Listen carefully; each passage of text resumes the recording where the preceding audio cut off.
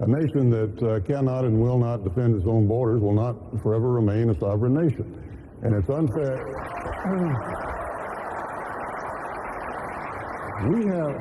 We have thousands of people standing in line in embassies around the world to become United States American citizens, to come here to get a green card, to come here and to assimilate and be a part of our culture.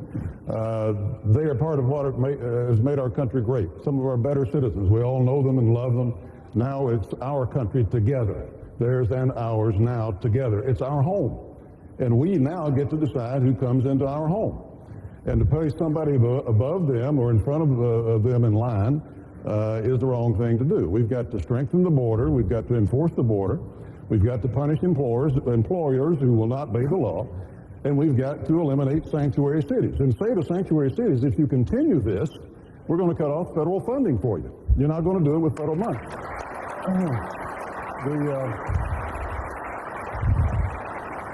Now, there are parts of what both of these gentlemen have just said that I would like to associate. First of all, of course, Governor Romney supported the Bush immigration plan until a short time ago. Now he's taken the other position, surprisingly. That's not right, Fred. As far as Mayor Giuliani is concerned, I am a little surprised the mayor says, you know, everybody's responsible for everybody that they hire, but we'll have to address that a little bit further later. I think we've all had people probably that we've hired that, in retrospect, probably is a bad decision.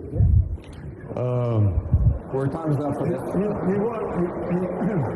He did have a sanctuary city. In 1996, I helped pass the bill outlawing sanctuary cities. The mayor went to court to overturn it. So if it wasn't a sanctuary city, I'd call that a frivolous lawsuit. All right, because this was it's a target-rich environment. There's no question about it. What most of these gentlemen have said are absolutely correct. The difficulty is most of the programs that we talk about, most of the ones that get the headlines, would not begin to solve the problem. Mitt's right when he mentions entitlement. That's why I have laid out a program to not attack entitlements, but to save Social Security. Everybody talks about wanting to do something about it. Social Security and Medicare and Medicaid are the ones that we're really going to have to reform if we're going to make any headway in the spending. So the top three, you would say Social Security? No, I didn't say that. There is the OMB has come out with a list of over 100 programs. I would take all 100 of them. The ones that are full of waste, fraud, and duplication. I filed a report in 2000 to the Governmental Affairs Committee and identified billions of dollars that we should be saving. But my point is that we're going to have to reform Social Security. We're going to have to reform Medicare. I've laid out a detailed plan that will give individual retirement accounts for people matched by the government and also re-index the way benefits are calculated initially when a person retires. And together, that program has been said by the experts already to say that have said that it would, after 75 years, make Social Security actuarially sound. I've got the only program out there that really addresses specifically one of the programs that's going to have to be reformed. Congressman Paul, Senator Thompson. Cut tax cuts for 8 years when I was in the United States Senate. Never met a tax I like. I've got a tax cut bill on the table, but I don't do pledges to anybody but the American people. Senator McCain. Senator Thompson, last week you said that you don't think Mayor Giuliani's ever been a supporter of the Second Amendment. Why do you say that? 30 seconds. No, well, the mayor has supported a wide array of gun control laws. I'm not sure there's ever one that didn't come up for consideration in terms of legislation that he didn't support, signing ceremonies with people in President Clinton's cabinet and that sort of thing when they came up. The Second Amendment is not a choice thing. I mean, it's in the Constitution of the United States. That's a protection that the people have against infringement in the government. The case that the mayor refers to is the Washington, D.C. case, and they were taking the same position basically the mayor took as far as the city of New York is concerned. They said, you know, it'll make a safer city if we outlaw law-abiding citizens having the right to possess a firearm. It didn't make them a safer city. The D.C. Court of Appeal held that it was a violation of their Second Amendment rights, and hopefully the Supreme Court will uphold the D.C. Court. Mayor, 30 seconds. The young lady's question is premised on if abortion becomes illegal. Right. That presumes Roe versus Wade is overturned. which I think should be our #1 focus right now, and that has to do with the kind of Supreme Court justices we put on the bench. I'm getting there. That would mean that it goes back to the states, and then the states would have to outlaw it at an earlier stage than they outlaw it now. Then the question would be, who gets penalized and what should the penalty be? I think it should be fashioned along the same lines it is now.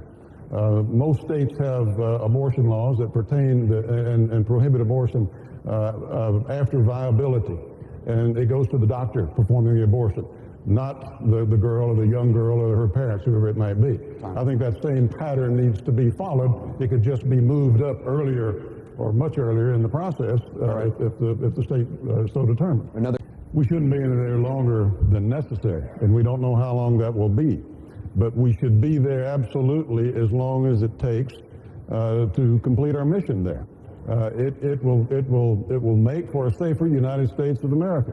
We're all focused, understandably, on Iraq and Afghanistan right now, but it is part of a much bigger picture. Islamic terrorism has declared war on us and Western civilization. They would like nothing better than to kill millions of people as they bring us down. They would like to be able to advertise to young radicals around the world that you too could help bring down the United States of America. Iran is waiting there to fill that vacuum. You think $90, $100 a barrel is high for oil now. Wait until that happens. But more importantly, it would make for a less secure United States of America. We have to do what's necessary. We have to take the opportunity that we have now. John's absolutely right. What's going on there is progress. It's called progress. Too many people in this country are vested in a scenario of defeat. I'm vested in the scenario of victory, and I see it happening there in Iraq today. Congressman Paul, 30 seconds. Yeah. Will you grant your vice president as much power and influence as I've had?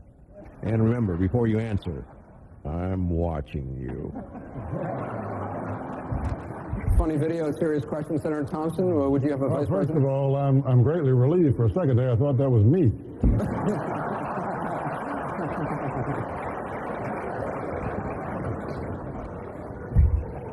The power of the vice president. I think that the vice president, of course, has a dual role.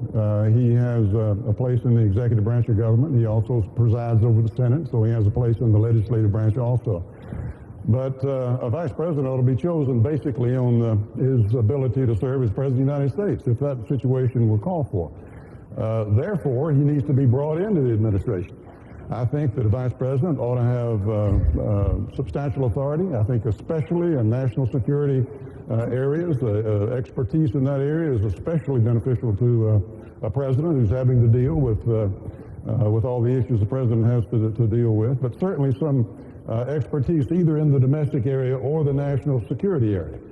Some legal training also might be helpful. I think one of the most important things that we're going to be facing for this next president is the selection of United States judges to the Supreme Court.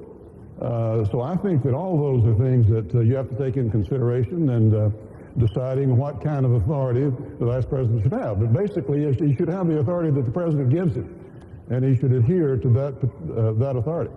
One of the things I would do for his generation is protect him from our generation. He's absolutely right. We're spending his money, we're spending his children's money, and we're spending the money of kids yet to be born. In 2017, Social Security will be in the red. Pretty soon it'll be out of money. It'll go bankrupt. In fact, our entitlement programs put together will take over the entire budget by about 2040. So that's why I get back to the point I made earlier. All these programs that we talk about in the news every day are a thimbleful in the ocean compared to the entitlement tsunami that's coming to hit us. Now, we can do some things now, as I've proposed about Social Security, without having to really hurt anybody and give people to invest for their future while they're still working. Or we can wait and let our grandkids or children, depending on how old they are, solve this problem that we have left them. It's not only a fiscal issue, it's a moral issue as far as I'm concerned.